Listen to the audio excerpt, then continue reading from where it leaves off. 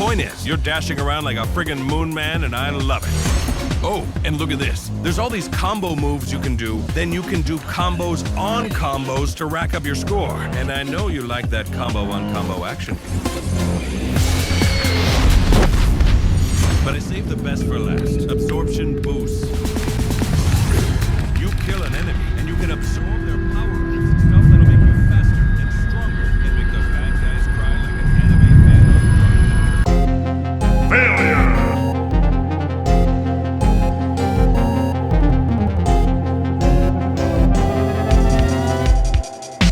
Let's do this. Go!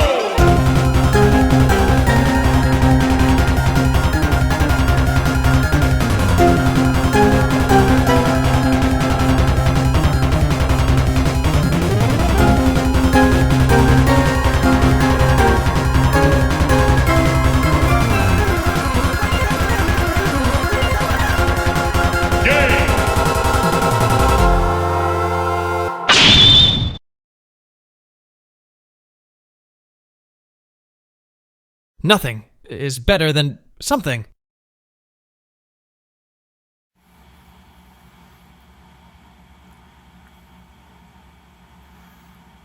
KG, is it too late to get my Kickstarter money back?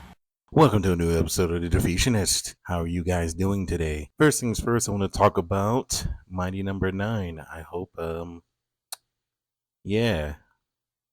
Oh my God. Here we go on this adventure. Do not buy this game. Play it at like a rent or something like that. Just don't buy this.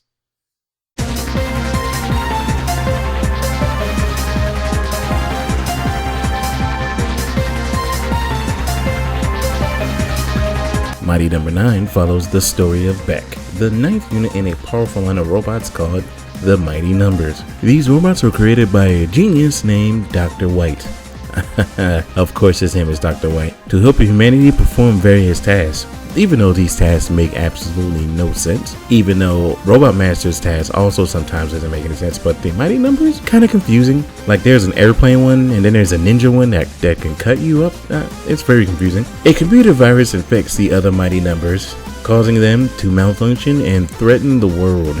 Beck, the only unaffected number, aka the Mega Man of this game, sets out on a mission to stop his fellow Mighty Numbers and find the source of the virus. Yeah, this is a little Mega Man-ish if you didn't know. Have fun.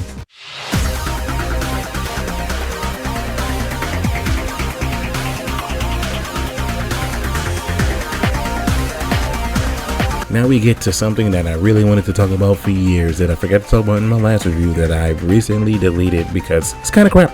First things first, one of the most criticized aspects of this game is the graphical quality. During the Kickstarter, if you guys didn't remember that I backed and a lot of people backed, it looked completely different from what we got, which is the final product. The in-game graphics are underwhelming to say the least, and the art style feels like a generic thing.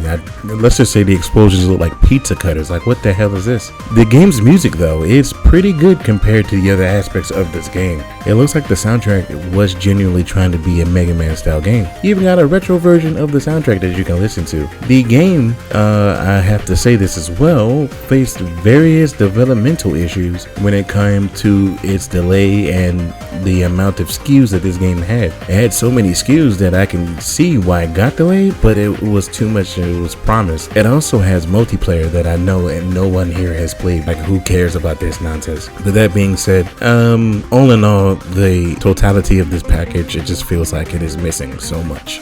Ad time. Oh yeah. We got a sponsor finally after decades of not having one. But it's ad time. OtakuPupBarkery. Treat your pup to some anime-themed dark treats. This holiday season, you can enjoy and spoil them, made by an otaku dog mom and her pups, made with healthy dog-safe ingredients. Each order is made fresh. Non-otaku pups can enjoy as well. Current flavors are inspired from animes including Jujutsu Kaisen, Demon Slayer, Naruto, and JoJo's Bizarre Adventure. I hope you enjoy, because these guys are paying me money, and now I'm gonna ask for my paycheck to be delivered to my address by the end of the night, or I will not be doing this. Wahaha, ha ha ha ha ha. No, really guys, that's in the script.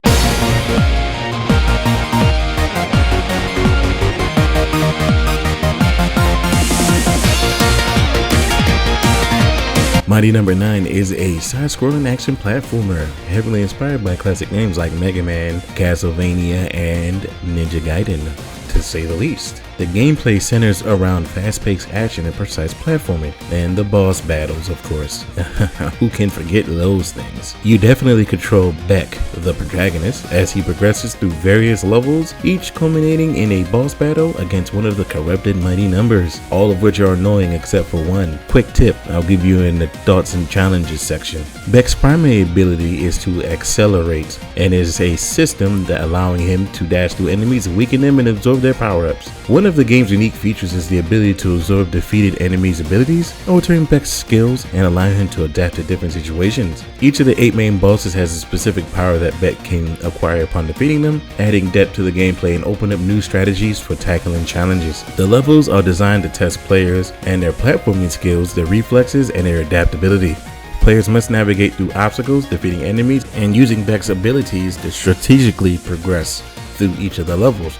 Even though, I'm not gonna lie to you, some of the levels have situations where the game does not tell you how to progress, nor has the game told you how to do certain things in the game, and when a tutorial pops up later in the game, you're like, what the hell's happening? The game incorporates elements of traditional 2D side-scrolling and modern mechanics to try to fuse the two, not knowing that this is a team that did not know how to do that together, therefore the game comes out a bit of a mess. It tries to offer the blend, but it just doesn't work out. The game aims to capture the essence of classic platformers, but again, this is not the type of team that could have done this. Like, I found the execution very lacking. Pretty much there's issues with the controls, level design, and overall difficulty balancing, which means you could be stuck on a level for about an hour. This game does not take that long to beat, and I can say it is an homage to classic Mega Man games, but it is again very lacking in various amounts of areas of this game, except the music, which again, it is hot fire. And Ray,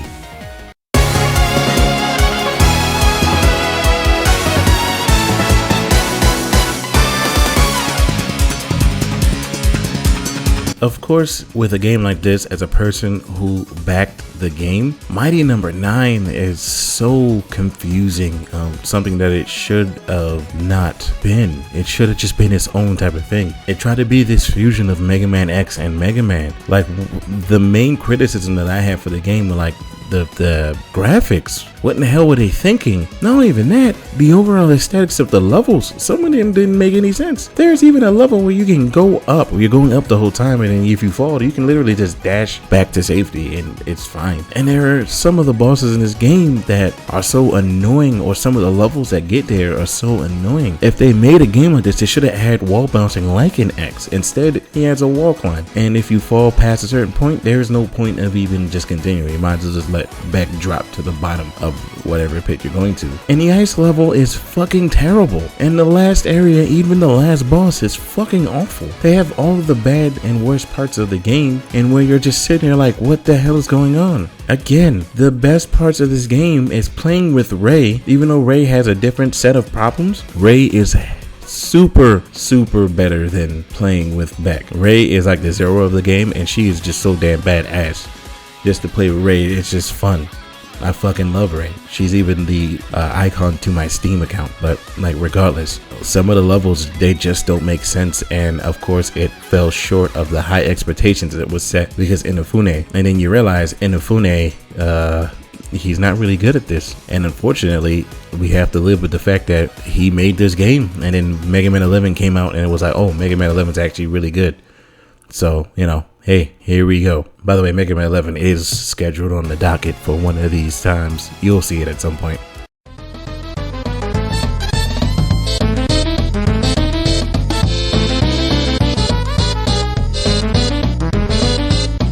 So, like I said previously, I've changed the challenge section, and I'm not going to talk about the challenge of just playing this game. I'm going to talk about the challenge of beating the game. So here we go.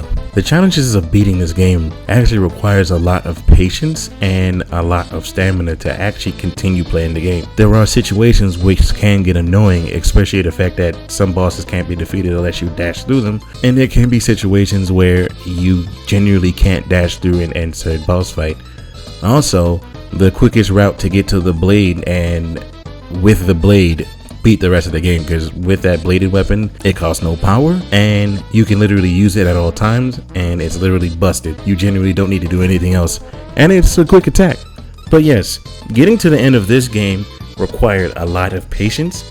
It required a lot of coffee and it required me to seriously rethink my life. And then Mega Man 11 came out.